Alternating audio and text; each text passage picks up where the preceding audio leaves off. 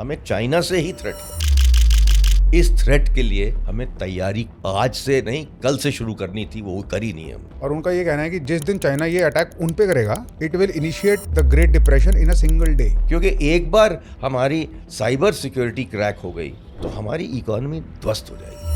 जब quantum encryption break होगी तो कोई भी डेटा दुनिया की सिक्योर नहीं रहेगी, चाहे वो हमारे OTP हो, हमारी व्हाट्सएप चैट हो, हमारे न्यूक्लियर कोड्स हों। We are only the second or third country in the world that has shown के 500 kilometers safe security हम बना सकते हैं।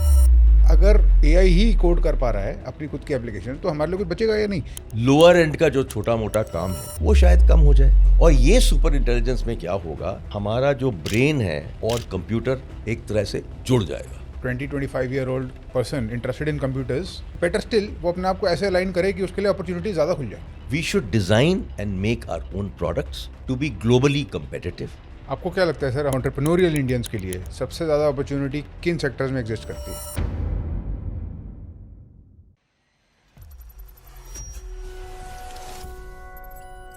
Sir welcome to the show, it's an honour and a privilege. Thank you. Sir बहुत important बात के बारे में डिस्कस करना है, बट सर टॉपिक जितना ही क्रूशल है उतना ही एब्स्ट्रैक्ट भी है। जरूर। There can not be anybody better जो हमारे को सिंप्लीफाई करके बताए इसकी इम्प्लीकेशन भी और इसका कॉन्टेक्स्ट भी। जी। सर अपने व्यूअर्स के लिए मैं एक बेसिक कॉन्टेक्स्ट सेट कर देता हूँ, फिर आपसे सवाल पूछूंगा। सर जरूर। प्रॉब्लम ये है सर कि क्यू डे होराइजन पे है। Q day is quantum day. Quantum day एक ऐसा होराइजन है जो इनविजिबल है, वो एक दिन होगा और उसके बाद सारी दुनिया को बदल देगा। और it is the most strategic threat, one of the most strategic threat that have ever happened. Correct. उसकी इम्प्लीकेशन है sir, please correct me if I am wrong, उसकी इम्प्लीकेशन ये है सर कि जब क्वांटम इंक्रिप्शन ब्रेक होगी तो कोई भी डेटा दुनिया की सिक्योर नहीं रहेगी, चाहे वो हमारे OTP हों, हमारी व्हाट्सएप चैट हो, हमारे न्यूक्लियर कोड्स हों, हमारे स्टॉक मार्केट की एक्सेस हो, हमारे इलेक्ट्रिसिटी हो, सब कुछ ब्रेकेबल हो जाएगा इंस्टेंटली। और जिस पावर के पास वो इंक्रिप्शन ब्रेकिंग क्वांटम कंप्यूटर होगा, उसके पास अल्टीमेट सुप्रीमेसी आ जाएगी वंस एंड फॉर ऑल। सही बात है, सही बात है। और अलग ढंग की सुप्रीमेसी आएगी। और ये सुप्रीमेसी सर समझने के लिए हमको ये समझना जरूरी है कि ये क्वांटम कंप्यूटर्स हैं क्या। जी। AI तो हम यूज कर करके थोड़ा बहुत समझ गए हैं। जी जी। But sir nobody better than you to explain what are quantum computers and why is this such a big deal. देखिए, जो नॉर्मल कंप्यूटर हैं जी। वो बाइनरी में चलते हैं, 0 और 1, 2 स्टेट्स होते हैं उसके। पर जब क्वांटम कंप्यूटर आते हैं तो उसको क्यूबिट बोलते हैं, इसको बिट बोलते हैं और इसको क्यूबिट बोलते हैं। ओके। और क्यूबिट में 0 and 1 होता है, 0 और 1 नहीं होता है। उससे क्या होता है कि इसकी प्रोसेसिंग पावर बहुत फास्ट हो जाती है, क्योंकि 0 and 1 साथ साथ चलते हैं। और 0 दिल्ली में हो सकता है और 1 कोपेनहेगन में भी हो सकता है। इसको बोलते हैं एंटेंगलमेंट। सो इस तरह से क्वांटम कंप्यूटर बनता है। जब क्वांटम कंप्यूटर के आप कंपेयर करेंगे क्लासिकल के साथ, ऐसा नहीं है कि क्वांटम कंप्यूटर आप अपने अकाउंटिंग के लिए यूज़ करें, फाइनेंस के लिए यूज़ करें वगैरह वगैरह, वो तो क्लासिकल कंप्यूटर चलते रहेंगे। पर जब क्वांटम कंप्यूटर आ रहे हैं जिस तरह से, वो ऐसी प्रॉब्लम सॉल्व करेंगे जो आज तक क्लासिकल कंप्यूटर सॉल्व ही नहीं कर पाया। जी। और अगर सॉल्व करेगा तो उसको शायद 1.5 साल लगे, जो क्वांटम कंप्यूटर को कुछ घंटे लगेंगे। जी। तो ये कंपैरिजन है इन दोनों के बीच। तो क्वांटम कंप्यूटर जो है, अब इंडिया में पहले जब क्वांटम मिशन शुरू हुआ था तो हमारे पास 7 क्यूबिट का कंप्यूटर होता था, हमने बनाया था TIFR में। इस साल हम 64 क्यूबिट का क्वांटम कंप्यूटर लॉन्च कर रहे हैं। जी। तो इसका मतलब है 7 से 64 हम लोग 1.5 साल में आ गए। और अगले 2 साल में हम 300 से 500 तक जाएंगे। और हमारा एम है कि 1000 क्यूबिट तक जाए। तो इस तरह से प्रोग्रेस हो रही है और दुनिया में बहुत फास्ट प्रोग्रेस हो रही है इसमें। ऑलरेडी 1000 से 2000 क्यूबिट के कंप्यूटर अवेलेबल हैं। चाइना में हमको पता ही नहीं कहाँ है वो लोग। वहाँ तो सब कुछ अंदरूनी ढंग से होता है, किसी को पता नहीं होता कि क्या हो रहा है। और आप सोच सकते हैं, चाइना हमारा लिटरली एनिमी नंबर 1 है। वो हमारे बॉर्डर पे बहुत तंग करता रहता है, बोलता ज़रूर है कि हिंदी चीनी भाई भाई, पर वो सब बेकार की बात है। अभी आप देख लीजिए ऑपरेशन सिंदूर में भी पाकिस्तान के पीछे चाइना ही था, प्रॉक्सी वॉर था उनका। सारी इक्विपमेंट उन्होंने हमारे ऊपर टेस्ट कर ली। अब उनके पास अगर एक पावरफुल क्वांटम कंप्यूटर आ जाए, लेट अस से कि 3 साल में आ जाए, हमको पता भी नहीं चलेगा। एक दिन सडनली हमारे सारे फाइनेंशियल सिस्टम्स डाउन हो जाएंगे, इलेक्ट्रिकल ग्रिड्स डाउन हो जाएंगे, डिफेंस सिस्टम्स डाउन हो जाएंगे, सिक्योरिटी सिस्टम्स डाउन हो जाएंगे। It is such a huge threat. इस थ्रेट के लिए हमें तैयारी आज से नहीं, कल से शुरू करनी थी, वो करी नहीं है हमने। तो हमें तो बहुत ज़रूरी है कि अब इस थ्रेट की तैयारी शुरू कर दें और इमीडिएटली शुरू करें। सर ये जो थ्रेट है इसको मैं थोड़ा सा पर्सपेक्टिव में लाना चाहता हूँ।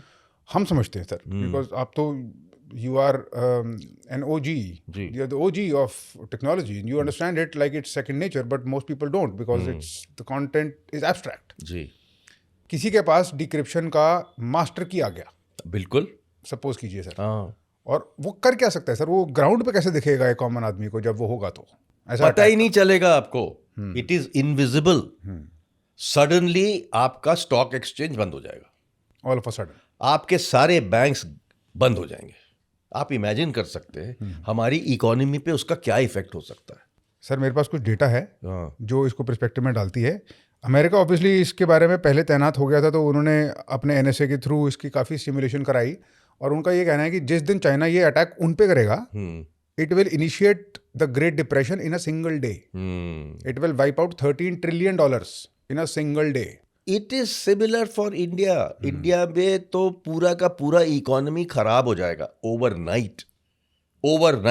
और हमारे लिए सबसे बड़ी थ्रेट इसलिए है कि चाइना हमारा नेबर है और हमारा एनिमी नंबर 1 है। हमारे को अमेरिका से थ्रेट नहीं है, हमें चाइना से ही थ्रेट है। और चाइना के किस लेवल पे क्वांटम कंप्यूटर बना है वो हमको पता ही नहीं है। अमेरिका के जो क्वांटम कंप्यूटर हैं वो सारे प्राइवेट कंपनीज में बन रहे हैं। तो हमें पता है कि भाई ये कंपनी का इस लेवल पे है, इस कंपनी का ये लेवल पे है, इस कंपनी का इस लेवल पे है, IBM सबसे आगे है, ये सब हमें पता है। चाइना के बारे में हमें क्या पता है? राइट। जो उन लोग इंफॉर्मेशन रिलीज करते हैं वही हमें पता है, और वो तो बिल्कुल ओपेक होती है। राइट। तो पता ही नहीं चल रहा। तो इसलिए हमें अभी से इसके लिए तैयारी शुरू कर देनी चाहिए। राइट। क्योंकि इसको इम्प्लीमेंट करने के लिए 2 से 3 साल लगेंगे। ऐसा नहीं है कि आप ओवरनाइट सारे आपके करंट साइबर सिक्योरिटी को रिप्लेस कर सकते हैं, नहीं कर सकते, ओवरनाइट नहीं कर सकते जी। और उसमें भी आपके पास काफ़ी ऑप्शंस रहेंगे, चाहे आप सॉफ्टवेयर के थ्रू करें सर या हार्डवेयर के थ्रू करें या एक मिक्स्ड मॉडल में करें। दोनों ऑप्शंस। सबसे अच्छी न्यूज़ ये है कि हमारे पास तैयार हैं, सारे प्रोडक्ट्स तैयार हैं हमारे पास। हम लोगों ने इंडिया में ये प्रोडक्ट्स जो हैं साइबर सिक्योरिटी को क्रैक करने के लिए, हम बोलते हैं क्वांटम सिक्योरिटी लगाने के लिए, हमारे पास प्रोडक्ट्स तैयार पड़े हैं। हमारे पास एक स्टार्टअप है क्यूनू करके बेंगलोर ने, उसने रिसेंटली आर्मी के एक फाइबर पे 500 किलोमीटर में प्रूव किया है कि हम क्वांटम सिक्योरिटी कर सकते हैं। And we are only the second or third country in the world that has shown के 500 किलोमीटर्स सेफ सिक्योरिटी हम बना सकते हैं। सर ये जो पूरा का पूरा इशू है हमारे लिए ज़्यादा वल्नरेबल इसलिए भी है क्योंकि एक हम यूपीआई के ब्रांड एम्बेसडर्स हैं। जिस लेवल पे यूपीआई की हमारी इन्फॉर्मेशन होती है सारी RSA इनक्रिप्टेड, सारी वल्नरेबल हो जाती है इंस्टेंटली। दूसरा हमारा सारा UIDA का डेटा, पूरा का पूरा गवर्नमेंट का डेटा। करेक्ट। और सर उससे ज्यादा कंसर्निंग बात आपने मुझे बताई थी, harvest now decrypt later, correct, HNDL। Correct. और ये अभी हो रहा है। देखिए रिसेंटली एक न्यूज़ आई थी कि चाइना ने F-35 एयरप्लेन का पूरा डायग्राम वगैरह हार्वेस्ट कर लिया है। तो आप सोच सकते हैं कि 2 साल बाद जब उनके पास ऐसा क्वांटम कंप्यूटर होगा, जब उसको पढ़ सकेंगे इस डेटा को, तो F-35 बना सकते हैं। सोच लीजिए आप, मतलब तो टेक्नोलॉजी वेरी छोटी बात कर रहा हूं मैं। F-35 से भी बढ़ के भी प्लेन्स बन रहे हैं अब तो। पर पॉइंट ये है कि इस तरह की डेटा उन लोगों के पास अवेलेबल हो जाएगा। अब आप सोच लीजिए कि प्राइम मिनिस्टर के ऑफिस में कुछ डेटा है, बड़ा सीक्रेट डेटा है, वो लोग उठा के ले जा सकते हैं। प्राइम मिनिस्टर का फोन, हाँ, it can be hacked hacked. And they can read. बिल्कुल। आज देखिए जितने डिफेंस सर्विसेज हैं वो सारे के सारे नॉर्मल फोन्स यूज़ करते हैं, कुछ लोग स्पेशल फोन्स भी यूज़ करते हैं बॉर्डर एरियाज में। वो आईआईटी मद्रास ने कुछ बनाया भी था उसके लिए, वो थोड़ा सा सिक्योर है, पर वो आरएसए को ब्रेक करना बहुत ईजी है। तो उसके लिए भी इंडिया में एक सॉल्यूशन बन चुका है। एक स्टार्टअप ने क्वांटम चिप बनाया है, उस चिप को आप फोन में लगा दें तो आपका फोन सिक्योर हो जाएगा। Do you want to know who you really are? आप कुछ चीजों में एक्सेल क्यों करते हो, आप कुछ चीजों में एक्सेल क्यों नहीं कर पाते? These things are unlocked when you understand personality.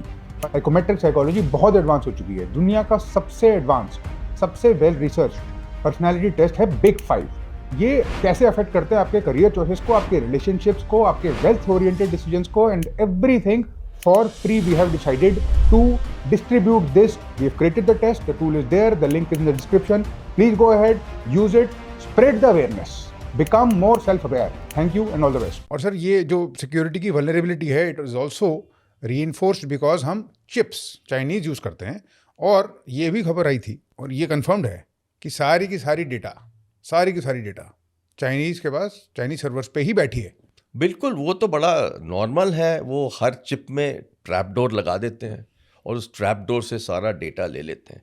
पर वो दूसरी, it's nothing to do with quantum, it is normal problem of security. जैसे हमारी पूरी कंट्री में सीसीटीवी लगे हुए हैं, हर शहर में, हर रोड, हर स्ट्रीट पे सीसीटीवी लगे हैं। 90% तो चाइनीज़ है और उसमें भी चाइनीज़ चिप्स हैं। तो जितना हमारे कंट्री की ज्योग्राफिक इंफॉर्मेशन है वो ऑलरेडी चाइना के पास है। अब आप देखिए, जब मोदी जी आए थे तो उन्होंने अटेंडेंस सिस्टम्स लगवाए थे सारे ऑफिसेज में, बायोमेट्रिक। उन्होंने बोला कि साहब आप लोग टाइम पे आइए, तो अटेंडेंस सिस्टम लग गए। सारे के सारे चाइनीज थे, सारे के सारे चाइनीज चिप्स थे। और दो साल पहले इंटेलिजेंस एजेंसीज ने जब इसको चेक किया तो पता चला सारा डेटा जा चुका है चाइना। इसका ये मतलब है कि हमारे जितने सेंट्रल गवर्नमेंट के ऑफिसर्स हैं, मिनिस्टर्स हैं, मिनिस्टर तो कभी अटेंडेंस लगाते नहीं हैं, पर ऑफिसर जितने भी हैं जो अटेंडेंस लगा रहे थे उनका सारा डेटा चाइना के पास है। कोई न्यूक्लियर साइंटिस्ट है, कोई जो भी है, साइंटिस्ट है, सब कुछ। एटॉमिक एनर्जी की डिपार्टमेंट का है, department of science and technology का है, डिफेंस डिपार्टमेंट का है, सारा डेटा उनके पास ऑलरेडी है। They are just waiting for the decryption threshold, जो कि we don't know हो भी क्या हो, we don't know that. नहीं, देखिए ऐसा है कि इसको हम क्वांटम से थोड़ा दूर ही रखते हैं। ये तो नॉर्मल सिक्योरिटी प्रॉब्लम है हमारा, ठीक है। और इसके लिए हमें चाइनीज चिप्स यूज नहीं करने चाहिए और हमें इंडिया में इंडियन चिप्स डिजाइन करने चाहिए। जैसे चाइना में क्या हुआ, उन्होंने 1 साल पहले ये बोल दिया कि हमने तो सारे चिप्स बना लिए हैं अपने, जो हमको यूज करने हैं, हर प्रोडक्ट में जो यूज करने हैं। तो उन्होंने एक एडिक्ट कर दिया कि from now onwards all products made in China will have Chinese chips. 4 साल पहले, आपको मैं बताना चाहता हूं, उन्होंने सारे गवर्नमेंट ऑफिस में फोन्स और PCs, personal computers, foreign brands ban कर दिए। क्यों किए? Security reasons, because all the data is going back to the country of origin. अभी उन्होंने पिछले साल तो एनवीडिया के चिप्स बैन कर दिए थे कुछ दिनों के लिए, और क्या बोला था? Security reasons. उनको ये हवा लगी कि एनवीडिया ने भी बैकडोर बना दिया है। सो आप सोच सकते हैं, इस तरह की दुनिया बन गई है जहां पर हर तरह के डेंजर लर्क कर रहे हैं। किसी भी कॉर्नर में क्या होगा पता नहीं चल रहा। सो हमें फोरवॉर्न्ड होना पड़ेगा। हमें चाइनीज चिप्स को रिप्लेस करना चाहिए, वो अलग बात है। क्वांटम में तो बहुत ज़्यादा सीरियस इशू है, क्योंकि एक बार हमारी साइबर सिक्योरिटी क्रैक हो गई तो हमारी इकोनॉमी ध्वस्त हो जाएगी। Economy, weapons, secrets, technology transfer का तो मतलब ही खत्म हो जाएगा ऐसी सिचुएशन में। सब कुछ मिल जाएगा उनको, और वो लोग आज कर रहे हैं, हार्वेस्ट कर रहे हैं। Their harvest. तो ऐसा नहीं है कि हम लोग आराम से बैठ सकते हैं। Sir between quantum and artificial intelligence मैंने पढ़ा कि there is a feedback loop. Quantum artificial intelligence को बढ़ाता है, एक्सपर्टाइट करता है, और artificial intelligence the other way around also. Artificial intelligence में सर भी एक ऐसा थ्रेशोल्ड है जिसके बारे में बहुत बात होती है, सिंगुलैरिटी. सिंगुलैरिटी वो भी एक एग्जिस्टेंशियल थ्रेट है पोटेंशियली. उसको चाहे आप थ्रेट मांगे या बेनिफिट मांगे, उसमें डिफरेंस है. बहुत सारे फ्यूचरोलॉजिस्ट बोलते हैं कि अभी singularity is about 15-20 years away. Prior to AI, it was about 30 years away. But after AI, अब बोलते हैं कि 15 से 20 साल दूर है. तब क्या होगा? सिंगुलैरिटी का मतलब क्या है? सिंगुलैरिटी का ये मतलब है कि एक सुपर इंटेलिजेंस आ जाएगी. और ये सुपर इंटेलिजेंस में क्या होगा कि हमारा जो ब्रेन है और कंप्यूटर एक तरह से जुड़ जाएगा, और इस तरह से जुड़ेगा कि हमें कोई लर्निंग करने की ज़रूरत ही नहीं पड़ेगी. अगर आपको पुराने कंप्यूटर याद होंगे जिसमें फ्लॉपी ड्राइव्स होते थे, फ्लॉपी डिस्क होते थे, और आप फ्लॉपी को लगाते थे और वो सारा सॉफ्टवेयर मेमोरी में चला जाता था, करेक्ट? उसी तरह जब इस तरह की सुपर इंटेलिजेंस आएगी तो हम अपनी इंटेलिजेंस को ड्रामेटिकली इंप्रूव कर सकते हैं बिना ही पढ़ाई के. सर मेरी अंडरस्टैंडिंग, मैंने निक बॉस्ट्रॉम की किताब पढ़ी थी, सुपर इंटेलिजेंस, तो फ्यूचर ऑफ ह्यूमैनिटी इंस्टीट्यूट के डायरेक्टर हैं, and he is always warning us about the control problem of AI. AGI, super intelligence, AGI, ASI. मैं सर व्यूअर्स के लिए बता देता हूँ कॉन्टेक्स्ट के लिए. अभी आर्टिफिशियल इंटेलिजेंस की इंटेलिजेंस नैरो है, वो कॉन्शियस नहीं है. बिल्कुल नहीं है. हमारी ह्यूमंस की इंटेलिजेंस ब्रॉड होती है. हम अपनी इंटेलिजेंस किसी भी टास्क में लगा सकते हैं, म्यूजिक को सीखने में, लोगों को बेवकूफ बनाने में, प्रोडक्ट्स में, मार्केट, ब्ला ब्ला ब्ला, सब कुछ कर सकते हैं हम लोग एक ही इंटेलिजेंस को यूज करके. एआई ये भी नहीं कर सकता. एआई सिर्फ लैंग्वेज को हम तो क्रिएटिव भी हो सकते हैं ना. हम गाना भी गा सकते हैं, हम ड्राइंग भी कर सकते हैं, हम पेंटिंग भी कर सकते हैं. तो ये सब की अजीब है ना, इतनी पहुंची हुई चीज है अपना ब्रेन. हमारा ब्रेन तो बहुत आगे है, बहुत आगे है. बट सर हमारे और कोई पावर नहीं यूज करता. पावर यूज पावर नहीं यूज करता, अपनी खुद की बॉडी की ही सब पावर. तो उसको सर इवोल्यूशन ने, let's call it a computer out of organic matter, correct, जो कि न्यूरॉन्स के थ्रू बनता है, न्यूरॉन्स के थ्रू अपना करता है, and it has wonderful capabilities. But at the same time अगर हम अपने डीएनए पे डिपेंडेंट हैं, हमारे डीएनए में हमारे सारे इंस्ट्रक्शंस हैं, और हमारी एक मोर्टेलिटी और एक शेल्फ लाइफ है, हम फिर मर जाते हैं. बट अगर कोई एजीआई या सुपर इंटेलिजेंस बन जाती है, वो अपना खुद का कोड लिख सकती है. इसका मतलब वो ह्यूमन लिमिटेशंस से बंधित नहीं है. देखिए भाई, जब इस तरह की कैपेबिलिटी आ जाएगी तो लोग बोलते हैं, जो फ्यूचरोलॉजिस्ट बोलते हैं, कि आप सारी डिजीजेस को क्योर कर पाएंगे. और अगर आप सारी डिजीजेस को क्योर कर सकते हैं, then you can live forever. Why should you die? So you may be have to take a decision कि भाई आज से 30 साल बाद जितने लोग होंगे इन भारत, पूरे दुनिया में, they can live for ever, क्योंकि आपकी कोई डिजीज ही नहीं होगी जिससे आप मरें. अगर आप देखें, जो हमारे पुराने लोग थे, हिमालय में रहते थे, उनके बारे में ये बताया जाता था कि वो 150 से 200 साल रह लेते हैं.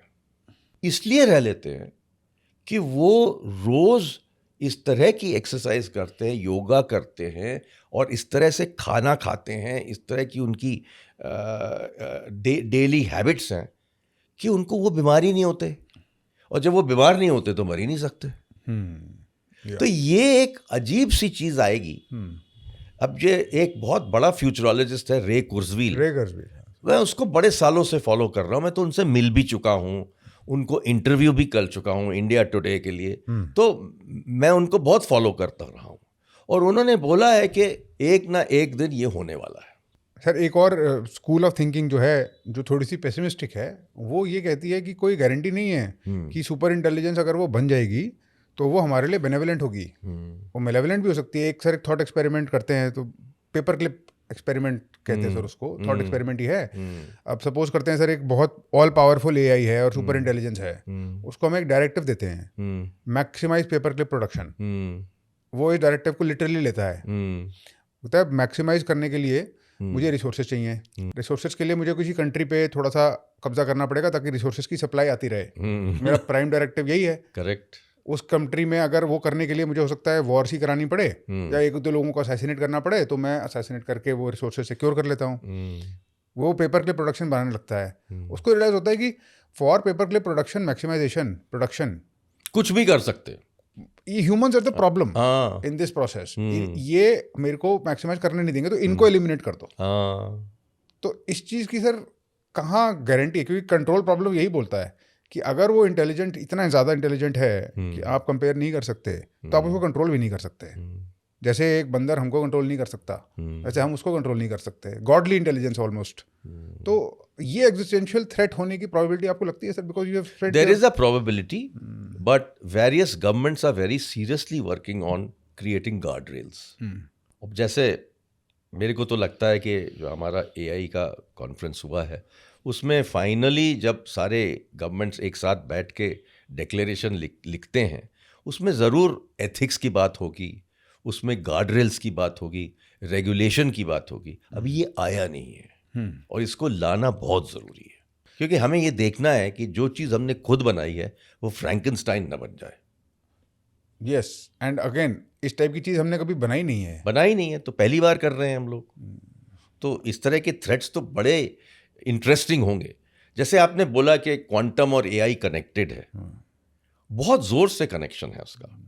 वो ये कि जैसे आप सोचती है कि थ्रू AI अभी अगर आप कोई take a very deep requirement like drug discovery. ठीक, ड्रग डिस्कवरी में एक मॉलिक्यूल को डिस्कवर करके कन्वर्ट करके मेडिसिन बनाने में 15 साल लगते हैं रिसर्च के टिपिकली।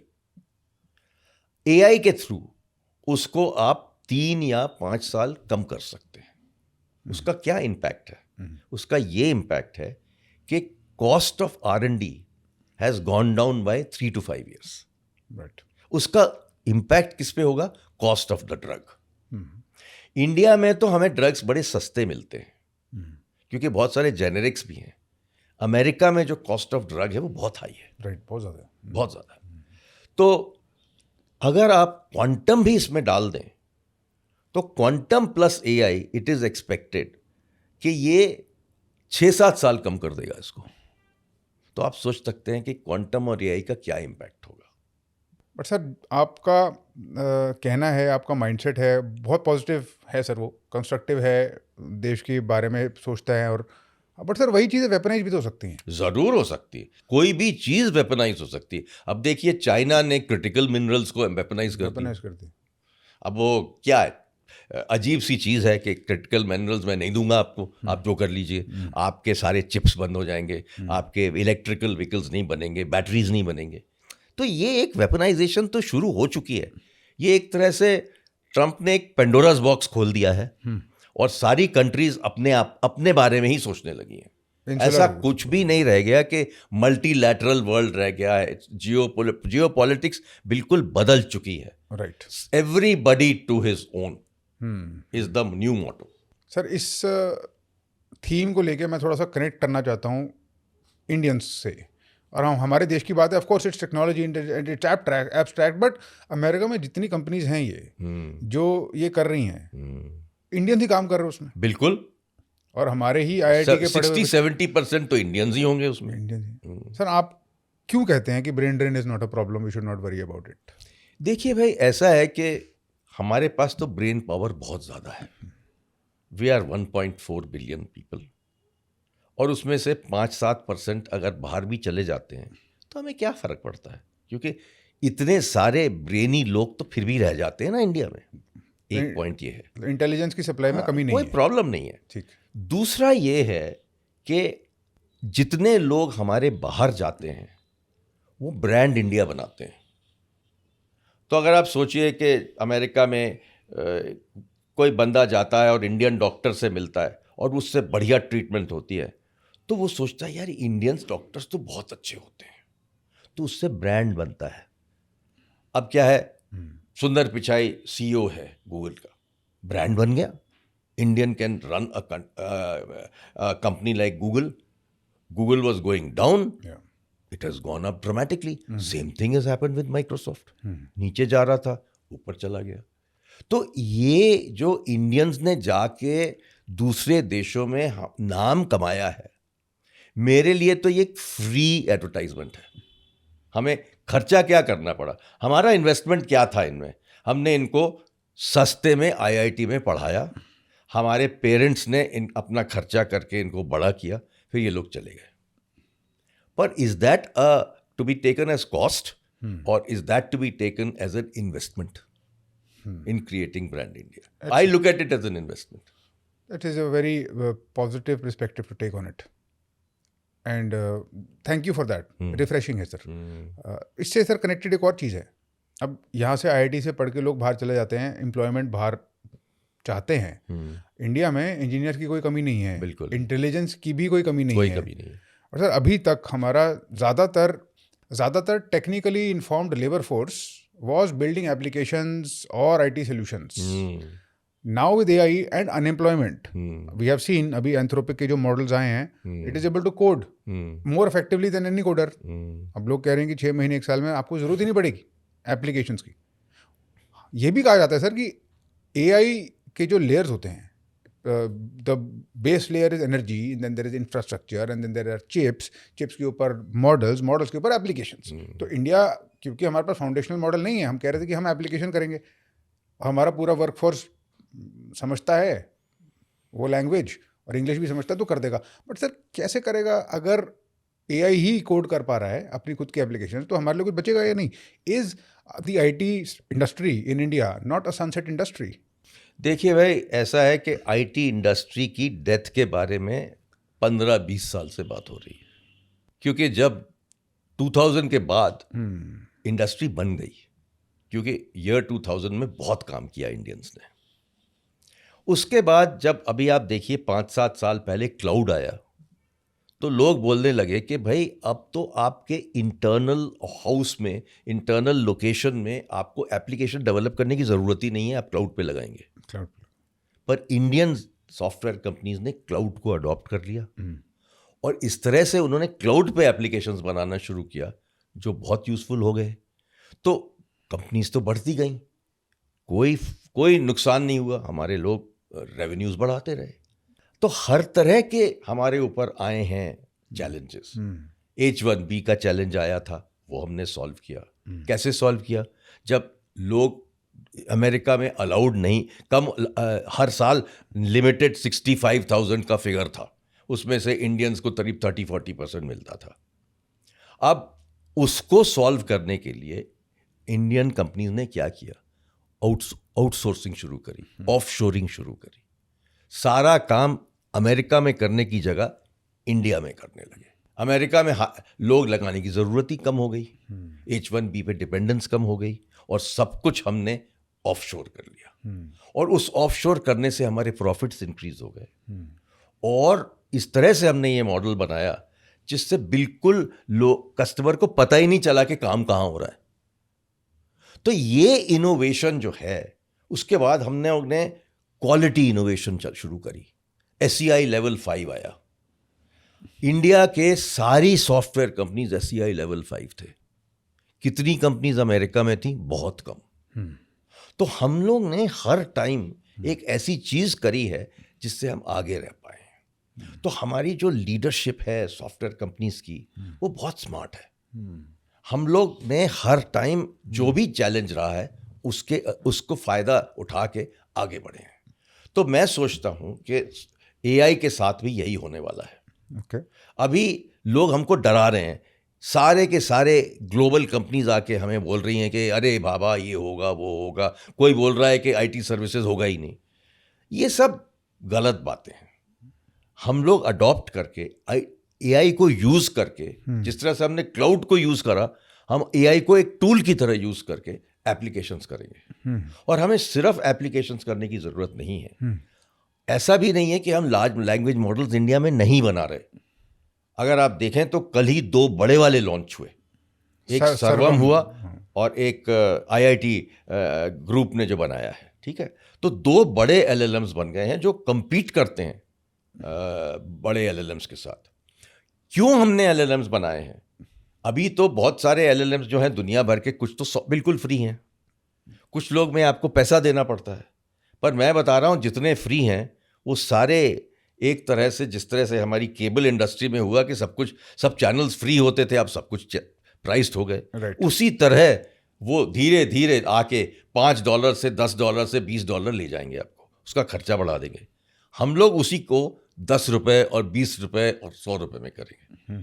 तो इसलिए हमें अपना LLM ज़रूरी है, तो हमने बना लिया।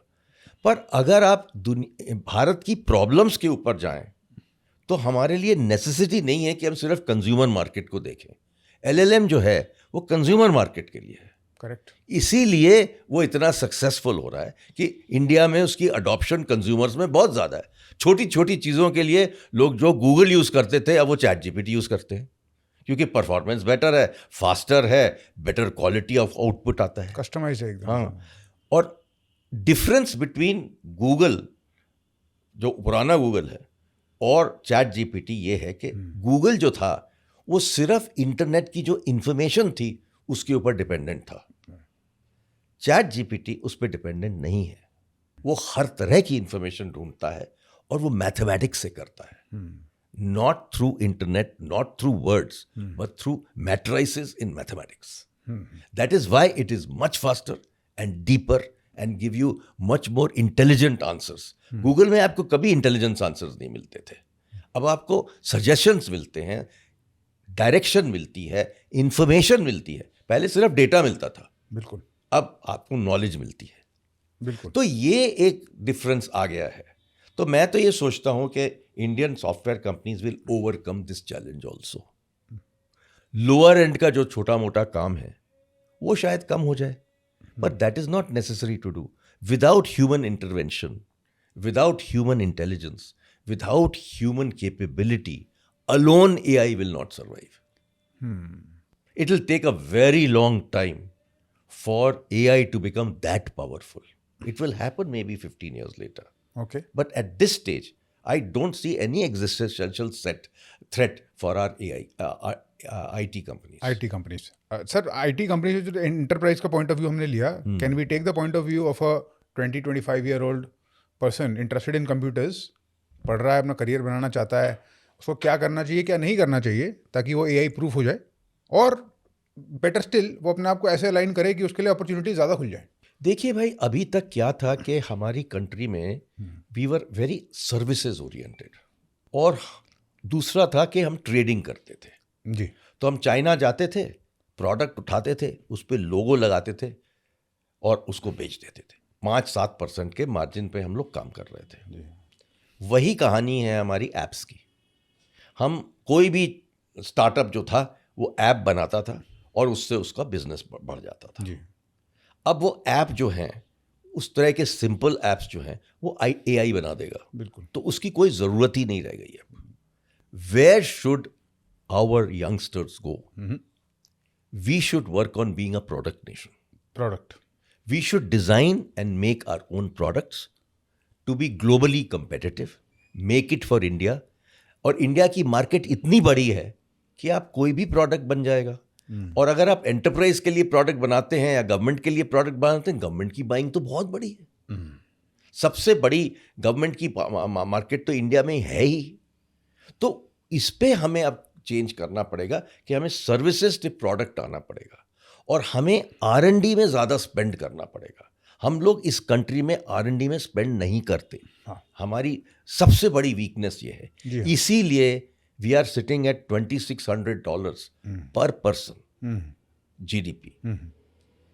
चाइना, ताइवान, कोरिया आगे क्यों बढ़े? क्यों? उन्होंने R&D में इन्वेस्ट किया। तो ये एक चेंज हमें लाना पड़ेगा कि हमें R&D सोचना पड़ेगा, has to be centre of our thinking.